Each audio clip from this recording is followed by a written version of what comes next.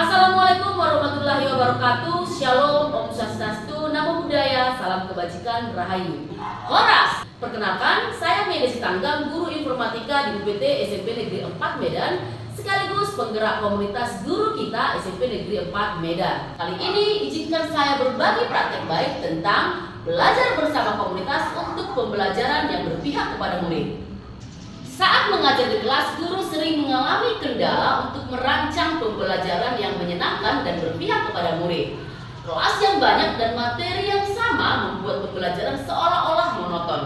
Untuk materi yang sama, guru harus mengulangi beberapa kali sesuai dengan jumlah kelas yang diampunya. Kehadiran siswa baru dengan materi yang sama dari tahun ke tahun sebelumnya membuat guru seolah-olah ke awal lagi dan ke awal lagi. Hal tersebut membuat guru merasa sudah biasa dan sudah menguasai materi dengan teknik mengajarnya. Dengan aktivitas yang sama dari tahun ke tahun, semakin menambah kejenuhan dan kebosanan guru. Tanpa disadari, sebenarnya setiap murid memiliki sifat dan karakter yang berbeda-beda, sehingga memerlukan penanganan yang berbeda-beda pula. Selain itu, perkembangan zaman selalu berubah, sehingga guru juga perlu berubah dan berkembang. Untuk berinovasi, guru terkadang mengalami kendala karena kurangnya ide dan pemahaman tentang rencana inovasi yang akan dibuat. Kebiasaan bekerja dan merancang sendiri persiapan pembelajaran membuat ruang karya guru terbatas karena hanya mengandalkan idenya sendiri. Pemanfaatan komunitas belajar menjadi salah satu praktek baik yang dapat dijadikan sebagai wadah belajar bagi guru, sehingga memiliki ide-ide untuk pembelajaran yang menarik, inovatif, dan berpihak kepada murid. Membentuk komunitas belajar bukanlah hal yang susah. Akan tetapi, menggerakkan komunitas belajar tersebut butuh usaha keras dan konsistensi. Beberapa faktor yang menjadi tantangan untuk menggerakkan komunitas belajar antara lain: 1. Paradigma lama yang berpikir bahwa guru sudah biasa mengajarkan materi yang sama sehingga tidak perlu lagi untuk belajar dan mencari cara baru dalam penyampaian materi tersebut. 2. Adanya rasa gengsi untuk bertanya kepada rekan sejawat karena takut dianggap tidak kompeten dan tidak menguasai materi. 3. Adanya pertemuan komunitas seperti MGMP selama ini sifatnya monoton, di mana hanya membahas seputar administrasi saja, antara lain RPP, silabus, dan lain-lain. Hal tersebut menjadikan pertemuan MGMP hanya sebatas simbolis, yakni datang, mengisi daftar hadir, membuat materi pertemuan, dan memberikan laporan. Minimnya narasumber dan anggota yang belum terbiasa menjadi narasumber berbagai praktek baik membuat komunitas tidak berkembang. Untuk mengatasi tantangan yang disebutkan di atas, maka perlu dilakukan tindakan yang konkret dan realistis. Langkah pertama yang dapat dilakukan adalah membentuk komunitas belajar di lingkungan sekolah. Diawali dengan memilih beberapa guru yang berpotensi memiliki kemauan belajar dan nyaman untuk diajak berbagi bersama. Dengan harapan, kelak anggota komunitas ini akan berkembang dan masing-masing anggota akan mampu mengimbaskan atau berbagi praktik baik dengan rekan guru lainnya yang ada di sekolah sendiri maupun di sekolah lain. Membuat pertemuan untuk berbagi praktik baik merupakan salah satu program yang dapat dilakukan sehingga komunitas dapat terus bergerak dan berkembang. Saat awal menggerakkan komunitas mungkin akan menghadapi kendala-kendala seperti kurangnya semangat dan motivasi anggota. Namun dengan kegiatan yang rutin dan konsisten, maka kendala-kendala tersebut dapat diatasi. Oleh karena itu perlu seorang penggerak yang tetap semangat mengajak dan memotivasi para anggota. Sebelum memberikan pembelajaran yang menarik dan inovatif, guru sebaiknya membekali diri terlebih dahulu dengan pemahaman hal-hal baru tentang perkembangan dunia pendidikan seperti kurikulum merdeka, penggunaan platform Merdeka Mengajar, membuat modul ajar, pemanfaatan akun Belajar ID, pemanfaatan aplikasi pendukung dunia pendidikan, pembelajaran berdiferensiasi, pembuatan asesmen, dan lain-lain. Sebagai ko-kapten Belajar ID sekaligus penggerak komunitas yang memiliki kompetensi dan pemahaman terkait hal-hal tersebut, maka saya berperan sebagai narasumber berbagi praktik baik dalam beberapa pertemuan.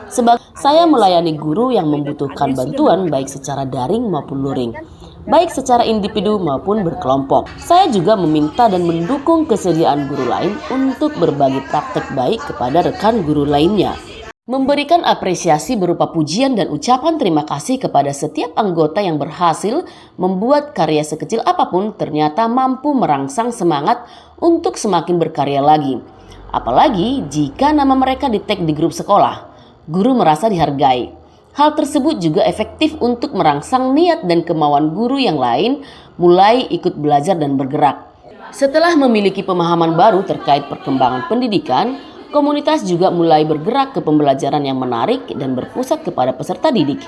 Anggota komunitas saling memberikan ide dan masukan terhadap proses pembelajaran yang akan dilakukan guru di kelasnya. Melihat pembelajaran yang dilakukan guru di kelas dan refleksi pembelajaran yang telah berlangsung. Mengubah mindset dan pemahaman tentang supervisi yang dilakukan selama ini menjadi sistem coaching di mana masing-masing guru tidak lagi merasa dinilai dan dihakimi. Saat mengajar di kelas, beberapa rekan guru meminta saya untuk melihat proses pembelajaran yang mereka lakukan di kelas. Saya memperhatikan bagaimana guru mengajar. Setelah selesai mengajar, kami berbincang santai dan membahas terkait proses pembelajaran yang sudah dilakukan sebelumnya. Saat saya mengajar, saya juga meminta beberapa rekan guru untuk memperhatikan praktek pembelajaran yang saya lakukan. Setelah selesai, saya meminta pendapat dan mendengarkan saran dan masukan dari rekan sejawat yang melihat praktek pembelajaran yang baru saya lakukan. Setelah melakukan aksi, dampaknya guru sudah mulai menyadari pentingnya pengembangan diri. Pengembangan diri dapat dilakukan dengan kesadaran sendiri. Sumber belajar semakin baik. Belajar secara mandiri atau dalam komunitas belajar. Secara perlahan semakin banyak guru yang percaya diri untuk membagikan pengetahuan dan praktek baik yang pernah dilakukannya. Guru tidak pelit untuk berbagi ilmu dan membantu rekan yang lain. Guru juga semakin kreatif dalam mengajar di kelas. Topik-topik yang dibahas dalam komunitas semakin berkembang. Tidak lagi hanya sebatas membahas profesionalisme guru, tetapi semakin sering membahas tentang kebutuhan murid. Pola pikir guru semakin berubah menjadi pola pikir berkembang. Pembelajaran di kelas tidak lagi monoton karena guru semakin semangat dan memiliki ide-ide pembelajaran berkat hasil diskusi dengan anggota komunitas belajar. Guru semakin terbuka dengan pendapat rekan sejawat dan tidak merasa terbebani saat rekan guru lain melihat proses pembelajaran di kelasnya. Komunitas belajar dalam sekolah akhirnya bisa didaftarkan di platform Merdeka Mengajar dengan nama Komunitas Guru Kreatif, Aktif, Tekun, dan Inovatif yang disingkat dengan Komunitas Guru Kita SMP Negeri 4 Medan. Saat ini komunitas guru kita telah menyelenggarakan webinar untuk berbagi cerita praktek baik ke ranah yang lebih luas lagi. Tidak lagi hanya di lingkungan SMP Negeri 4 Medan tetapi sudah berbagi ke luar sekolah. Beberapa guru sudah berkenan menjadi narasumber, bahkan komunitas guru kita juga pernah melibatkan murid sebagai narasumber berbagi praktek baik pemanfaatan akun Belajar ID yang bekerja sama dengan komunitas Belajar ID Provinsi Sumatera Utara. Dari pengamatan yang saya lakukan bahwa komunitas belajar sangat efektif untuk meningkatkan kemauan belajar guru dengan catatan di dalam komunitas harus ada komitmen dan konsistensi dalam menjalankannya. Perlu seseorang atau beberapa penggerak yang dengan ikhlas dan tulus mau menggerakkan. Yang menjadi faktor pendukung dari keberhasilan pengembangan komunitas belajar dalam sekolah ini adalah adanya komitmen dan semangat sejak awal dibentuknya komunitas. Adanya kegiatan rutin dan topik yang dibahas selalu update dan relevan untuk pengembangan profesionalisme guru maupun pembelajaran bagi murid. Menghargai setiap individu yang ada dalam komunitas tanpa menghakimi atau menyalahkan guru lain menjadi salah satu pemicu komunitas dalam keadaan kondusif. Konsisten memberikan pendampingan kepada guru yang membutuhkan. Menghargai setiap hasil dari pekerjaan guru akan memberikan semangat dan meningkatkan motivasi belajar guru. Hal yang sama berlaku untuk peserta didik. Menghargai setiap hasil dari pekerjaan guru akan memberikan semangat dan Setelah melakukan praktek baik di atas, dapat saya simpulkan bahwa kalimat yang berbunyi guru adalah pembelajar sepanjang masa adalah benar dan tepat adanya.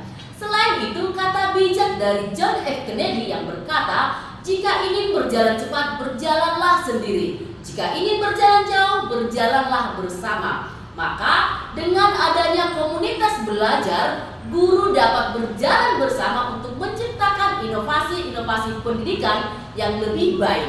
Demikian praktek baik yang dapat saya bagikan, semoga bermanfaat dan menginspirasi. Saya Maida Sitanggang, salam Merdeka Mengajar.